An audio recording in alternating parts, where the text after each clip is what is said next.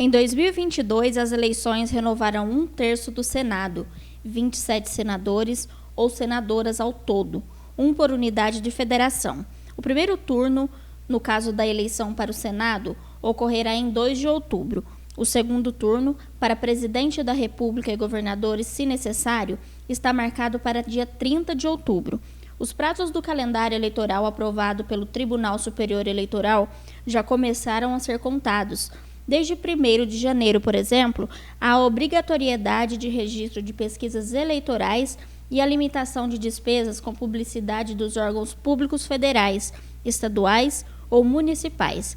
No próximo dia 3 de março será aberta uma data importante a esse calendário, a chamada janela partidária, período em que parlamentares eleitos pelo sistema proporcional podem trocar de partido sem perder o mandato. A janela vai até dia 1º de abril. A janela partidária é uma regulamentação baseada no artigo 22A, inciso 3 da legislação da Lei Eleitoral número 9.096/95, e essa é regulamentada também pela resolução que vai reger toda essa eleição geral, a resolução de número 23.674. Essa janela partidária é exatamente um precedente que se abre para os candidatos, os pretensos candidatos, mudarem de partido sem que haja nenhum prejuízo no seu cargo eletivo, eventualmente que exercido atualmente, entendeu? Então, por exemplo, imagine que o prefeito está no partido X e ele pretende sair candidato a deputado, um exemplo, deputado estadual ou federal, ele pode estar mudando de partido para o partido Y sem que haja prejuízo na sua atual legislatura. No dia seguinte, 2 de abril, termina o prazo para que governadoras ou governadores de estados, prefeitas ou prefeitos que pretendam concorrer a outros cargos em 2022 renunciem a seus mandatos. O dia 2 de abril também é a data limite para o registro no TSE, dos estatutos do partido e das federações partidárias. A possibilidade da união de partidos em federações duradouras foi instituída pelo Congresso Nacional na reforma eleitoral de 2021. O cargo do cargo executivo, sim. Quem, no caso, presidente, governadores, governadoras, prefeitos e prefeitas, sim, nesses cargos eles têm que... Isso é chamada desincompatibilização. Esse é o prazo limite também, 2 de abril. A data limite é 2 de abril, a mesma da janela partidária, é a mesma data para desincompatibilização. Tem que se afastar dos cargos para concorrer aos pretensos cargos existentes para a eleição geral.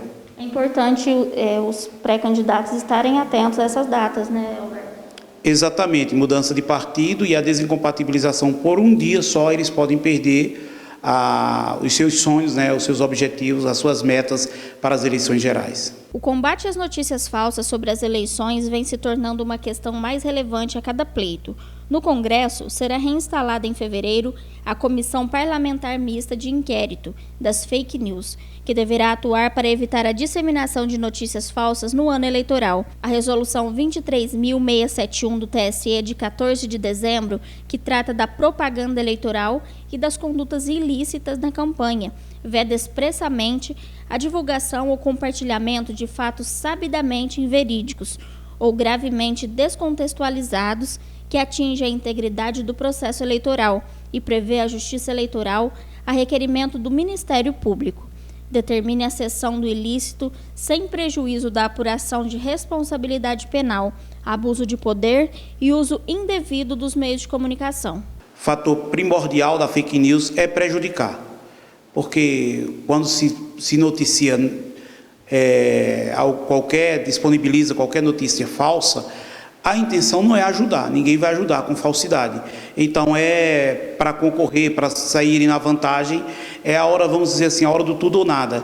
Só que a recomendação que nós temos para os nossos eleitores, que procurem seus candidatos, mas não, digamos assim, pelas redes sociais, necessariamente. Podem acompanhá-los, mas nunca divulgue uma matéria que não tem cunho oficial, porque isso é que causa fake news.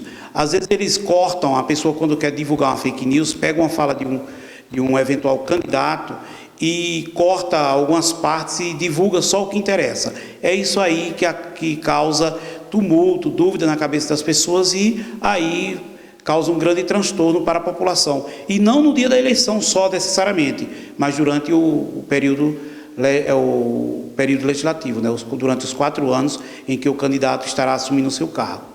Isso aí, realmente esse assunto merece atenção, até porque fake news é crime. Exatamente, o fake news ele é crime, né, previsto no código, tanto no Código Eleitoral, como também ele pode ser punido pelo Código Penal, além do eleitoral, pelo penal também. Confira o calendário eleitoral com algumas das principais datas das eleições neste ano. No dia 1º de janeiro foi o início da obrigatoriedade de registro de pesquisas eleitorais no TSE. De 3 de março a 1º de abril, a janela partidária para deputados e vereadores trocarem de partido sem perda de mandato. 2 de abril é o fim do prazo para desincompatibilização de governadores e prefeitos que pretendam concorrer a outros cargos. 4 de maio é o fim do prazo para transferência ou solicitação do título de eleitor. Dia 11 e 13 de maio é o teste de confirmação da segurança do sistema eletrônico de votação em Brasília. Dia 15 de maio, o início da arrecadação dos recursos para as campanhas via financiamento coletivo. No dia 1º de junho, o último dia para que partidos políticos comuniquem-se ao TSE a renúncia ao Fundo Especial de Financiamento de Campanha. 16 de junho é a divulgação pelo TSE das quantias disponibilizadas aos partidos pela FEFC. No dia 30 de junho, vedada a transmissão do programa apresentado ou comentado por pré-candidata ou pré-candidato. De 20 de julho a 5 de agosto será o prazo para a realização das convenções partidárias. Em 12 de agosto é a data final para a publicação pelo TSE da tabela que servirá de base para a divisão do tempo de propaganda eleitoral gratuita na rádio, TV e de acordo com a representação no Congresso Nacional. Dia 15 de agosto é o prazo final para a solicitação de registro de candidaturas. 16 de agosto a 1º de outubro é a propaganda eleitoral autorizada, inclusive na internet. De 26 de agosto a 19 de setembro, propaganda eleitoral gratuita no rádio e na TV. No caso das eleições para o Senado, ela ocorrerá às segundas, quartas e sextas, das 7 às 7h05 e das 12 às 12h05 no rádio, e na TV das 13 às 13h05 e das 20h30 às 20h35. No dia 2 de outubro será o primeiro turno das eleições. No dia 30, o segundo turno das eleições, caso necessário, apenas para presidente da República e governadores. No dia 12 de setembro é o fim do prazo de apresentação das prestações de contas parciais das campanhas. E no 1º de novembro, fim do prazo de apresentação das prestações de contas finais das campanhas do primeiro turno.